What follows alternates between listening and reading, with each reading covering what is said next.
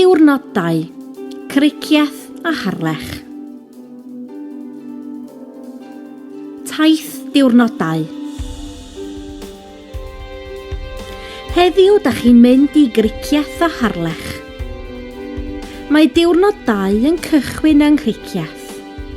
Y lle gorau i barcio yw maes parcio ac arddangos Esplanad ar lan y môr LL 520HZ.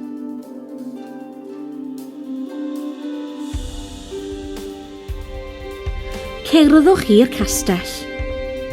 Wrth i chi adael y maes parcio, trewch i'r dde a cherdded i fyny'r bryn, heibio'r orsaf bad achub tuag at y castell.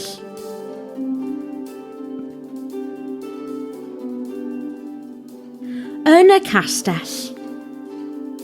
Ar ôl i chi gyrraedd safle'r castell, cymerwch amser i ddarllen yr arddangosfeydd dehongli yn y ganolfan ymwelwyr. Efallai y bydd yn rhaid i chi dalu i barhau i mewn i'r prif safle os nad ydych chi'n aelod o cadw.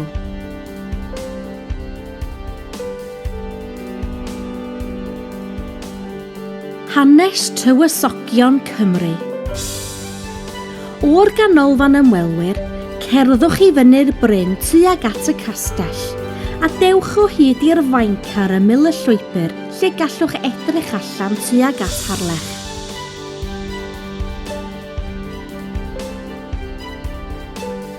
Hanes Castell Criciaeth. Cerddwch i fyny at y castell a darllen y paneli dehongli a chwblhau'r dasg am y castell.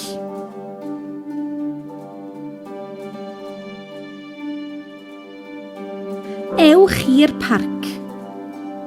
Wrth adael y ganolfan ymwelwyr wrth y fynedfa i'r safle'r castell, trewch i'r chwith.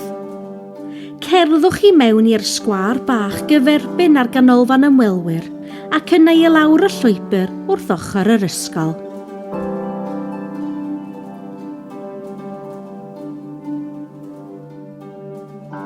Ewch i'r orsaf. Cerddwch trwy'r parc.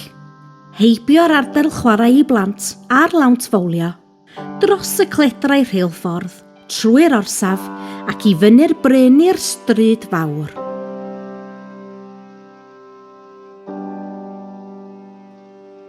Yn y dref. Cerddwch ar hyd y stryd fawr. Bydd nifer o siopau lle byddwch chi'n gallu ymarfer eich Cymraeg.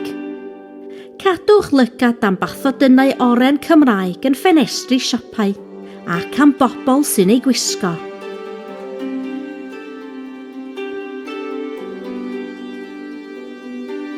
Ewch yn ôl i'r car. Amser cinio. Cerddwch dros y groesfan rheilffordd yn ôl tuag at eich car. Gallwch ddewis rhwng Criciaeth, Porthmadog neu Harlech i gael cinio. Trafodwch yn Gymraeg y lle mwyaf addas i chi bwyta. Ewch i Harlech. Gyrwch i Harlech. Maes parcio arhosiad hir bron y graig uchaf LL 462SR yw'r lle gorau i barcio, ond mae maes parcio bach hefyd wrth ymyl y castell a allai fod â lle. Cofiwch siarad Cymraeg yn ystod y daith am yr hyn wnaethoch chi yn Criciaeth.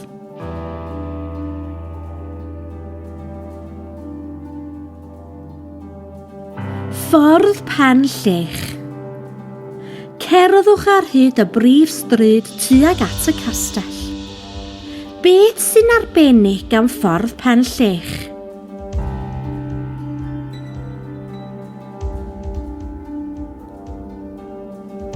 Yn y canolfan groeso, Castell Harlech. Ar ôl i chi gyrraedd safle'r castell, cymerwch amser i ddarllen yr arddangosfeydd dehongli yn y ganolfan ymwelwyr. Efallai y bydd yn rhaid i chi dalu i fynd i mewn i'r prif safle os nad ydych chi'n aelod o cadw. Mae tasg i'w chwblhau yma am hanes Castell Harlech.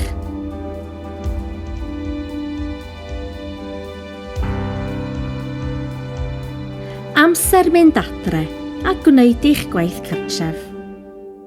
Ar ben y stryd fawr trowch i'r chwith ac ewch yn ôl tuag at maes parcio lle wnaethoch chi gychwyn eich diwrnod. Ar ôl eich diwrnod mae yna weithgaredd mwy agored i chi wneud.